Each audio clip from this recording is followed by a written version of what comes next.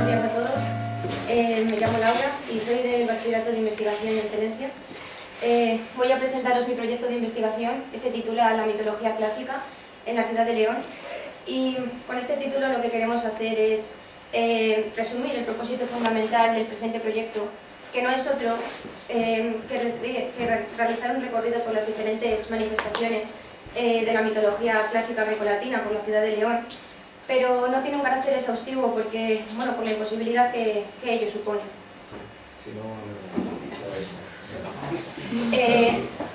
Previo estudio de los diferentes mitos, recopilación de información procedente de estudios de muy diversos autores y la observación in situ de los diferentes elementos mitológicos en los principales monumentos, calles, fuentes públicas y plazas de la ciudad, hemos procedido a la redacción del proyecto, que en sí mismo tiene un carácter novedoso, puesto que, si bien es cierto que existen muchos estudios que tratan de descifrar el significado simbólico de los diferentes o de las obras de los principales monumentos, no todos ellos se centran únicamente en la mitología, aunque sí que es cierto que pueden incluir referencias a ella. El trabajo se ha realizado durante el curso correspondiente al año 2015-2016, pero ha resultado un tiempo insuficiente para un trabajo de estas dimensiones, y es una de las dificultades principales, junto con el problema de la extensión. Es un trabajo muy amplio para el límite de extensión permitida, que eran los 50 folios, y otras dificultades. Bueno, yo he tenido una dificultad personal, que es el vocabulario y también los conceptos relacionados con el arte, pero que los he podido solucionar con la utilización de diccionarios y libros especializados. Y también otra dificultad importante ha sido la imposibilidad de acceso a ciertos lugares donde sí que se conoce que hay elementos mitológicos, pero que no se han podido incluir en el trabajo. También hay muchos elementos que se encuentran en lugares altos o poco accesibles, para los que se necesitaría un equipo fotográfico especializado. Como no se ha tenido, la mayor parte de las fotografías incluidas son de diversos autores, pero siempre se especifica de dónde se han obtenido y también el autor. Por último, he de decir que se trata de un proyecto con una función práctica, puesto que se puede realizar una guía que incluya un recorrido que sirva de interés, o que sea de interés para tanto ciudadanos como turistas y cualquier tipo de institución que se muestre interesada en poder realizar o conocer los diferentes elementos mitológicos de la ciudad. También se trata de un proyecto con un carácter abierto, puesto que es muy difícil condensar toda la información en un trabajo, como ya he dicho, de estas dimensiones. Se ha ido creando de forma paralela a la redacción del proyecto una página web que se irá ampliando o completando con todos los elementos o todas las representaciones que no hayan sido incluidas. He incluido aquí un pantallazo de la página web y ya, bueno, la haré pública cuando la tenga más bien presentable y ya os lo pasaré. Antes de empezar a analizar los elementos mitológicos... Bueno, muy buenos días a todos. Me llamo Marta Dánez y mi proyecto, bajo el título de Cualquier parecido con la retórica no es pura coincidencia, pertenece al Departamento de Lengua y Literatura Castellana y ha sido tutorado desde el Instituto por Amelia del Caño y cotutorado desde la Universidad por José Manuel Trabado. Estos son los apartados que voy a desarrollar en esta presentación. Dentro de la introducción haré referencia un poco al marco teórico, la metodología utilizada, el contenido del propio trabajo, etc. Y pasaré a los tres apartados fundamentales. El primero de ellos, titulado Retórica y Publicidad, definirán un poco ambos conceptos y establecerán las relaciones que existen entre ellos. Continuaremos con la estructura y fin del mensaje publicitario y finalmente con las figuras retóricas y tropos clásicos presentes en el mensaje publicitario actual. Por último, extraeré las conclusiones principales de mi investigación. Para empezar, me planteé 4 preguntas. En primer lugar, ¿por qué este proyecto de investigación? Yo quería elegir un proyecto que me gustase, relacionado a poder ser con algo que fuese a estudiar en el futuro. El problema que tenía es que no estaba segura. Lo que sí intuía es que tendría que ver o con los medios de comunicación o con la escritura creativa, y este proyecto combina un poco ambas partes. ¿De qué trata? Pues en él pretendo demostrar y ejemplificar la presencia de tropos y figuras retóricas desde la antigüedad clásica en el mensaje publicitario actual. En cuanto a las partes en las que se divide, ya he hecho referencia a ellas antes en el índice, 3 principales: la definición tanto del concepto de retórica como el de publicidad, la composición del propio mensaje y, por último, la parte que personalmente más me ha gustado y más importante considero que es la presencia de figuras y tropos literarios en el mensaje publicitario actual. Por último, en cuanto a la metodología, me he basado en la consulta y revisión bibliográfica principalmente, y una vez que tenía estructurado más o menos todo el material que iba a necesitar para el desarrollo de mi investigación, me centré en aquel que se refería al tercer apartado, de las figuras y tropos, iniciando así la parte práctica del trabajo, que consistiría en elaborar un corpus de anuncios que sirviesen de ejemplos para cada recurso literario que analizase. Para empezar, creo que es necesario definir bien qué es retórica y qué es publicidad. La retórica, desde su dimensión más tradicional, siempre se ha definido como el arte de la persuasión por medio de la palabra. Tiene su origen en la antigua Grecia y su finalidad práctica estaba vinculada especialmente al gobierno de las polis griegas, ya que los pocos gobernantes que habían se tenían que basar en el discurso para convencer de sus diferentes ideales. Hoy en día la retórica está bastante, por así decirlo, subestimada, relegada a un segundo plano, ya que no forma parte de ninguna disciplina académica de forma exclusiva, sino que hoy en día está vinculada al mundo del cine. Este proyecto, que he dado en titular con C de ser humano, ahora explicaremos por qué, porque en ser humano muchas C no hay, ha sido cotutorado por Amiga del Caño y José Manuel Trabal. Bien, en primer lugar, haré una pequeña introducción y estableceremos los límites, sobre todo de estos temas que vamos a hablar, de las utopías, de las distopías, pero también de los términos ligados como pueden ser las ucronías.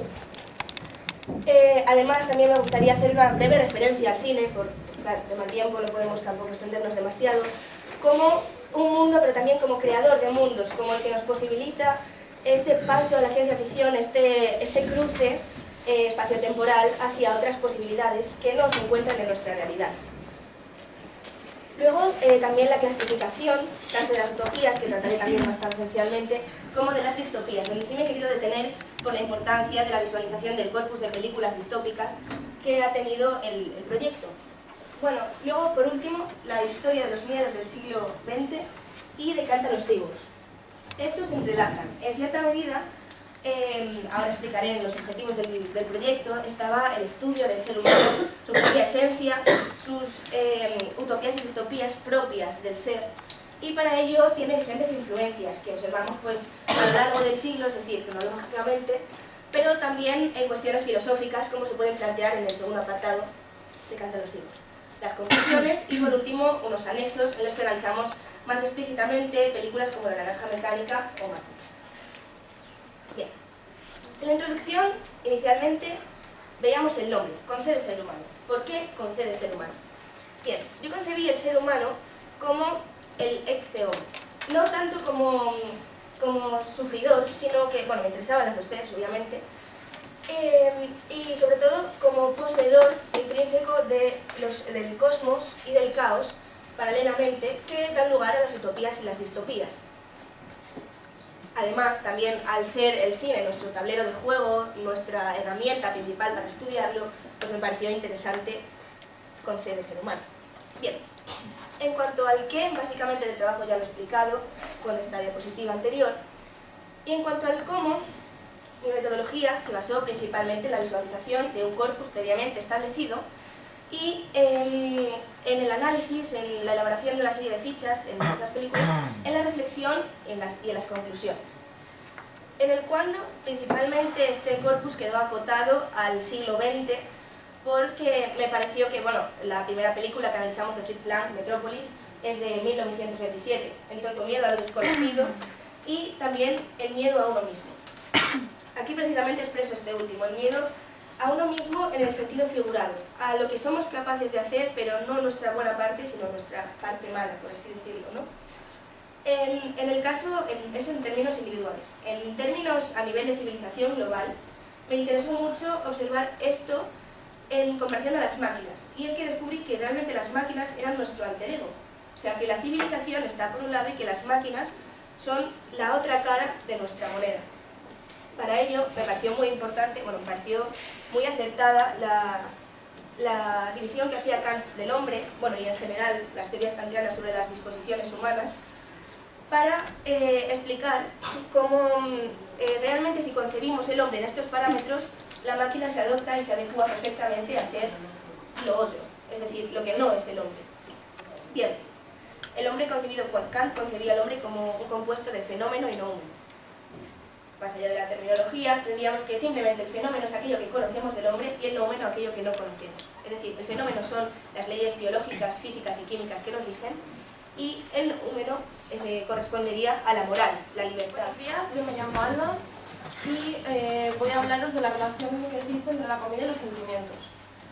Así, hablaremos de la relación entre la comida y la cultura, haciendo una pequeña haciendo una definición de cultura y interpretándolo con relación a la comida. Después hablaremos de la interpretación que los individuos le damos a la comida. También nos centraremos en la comida en la ficción y ahí veremos unos cuantos ejemplos, pero sobre todo nos centraremos en dos películas, Un viaje de 10 metros y Tengo algo que deciros. Para finalizar, haremos una conclusión y confirmaremos o negaremos la verificación o negación de nuestra hipótesis.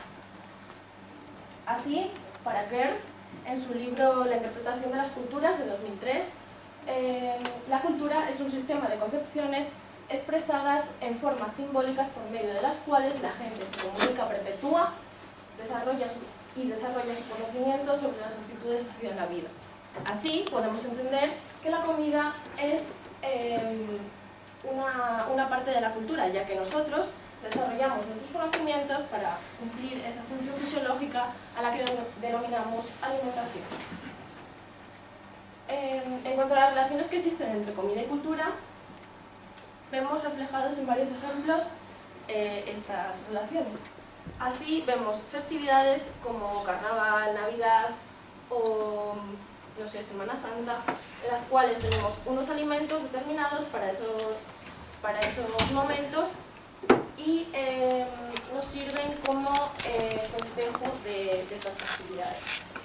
En algunas culturas también vemos ciertos tabúes, como los de la prohibición de la ingesta de carne de vaca o cerdo, como ya hemos visto. Creo que casi todos conocéis los libros de Marvin Harris, en los que hablan de estos temas. O otro ejemplo que podemos ver es el tabú que nosotros tenemos hacia la ingesta de insectos como alimentos. También otro ejemplo sería los ingredientes de los platos, ya que las culturas orientales utilizan muchísimas más especias que las culturas occidentales, que tenemos una dieta mucho más mediterránea, más sana. En cuanto a la interpretación de la cocina en casa se suele hacer con mucho más cariño. Suele ser una cocina que a la hora de degustarla produce un sentimiento de cariño, un sentimiento de acogedor. Y de este modo vemos un ejemplo de sentimiento provocado por la comida. En cuanto a la cocina del restaurante, suele ser más seria, cuidando los detalles a la hora de la presentación, ya que los platos entran primero por la vista y luego ya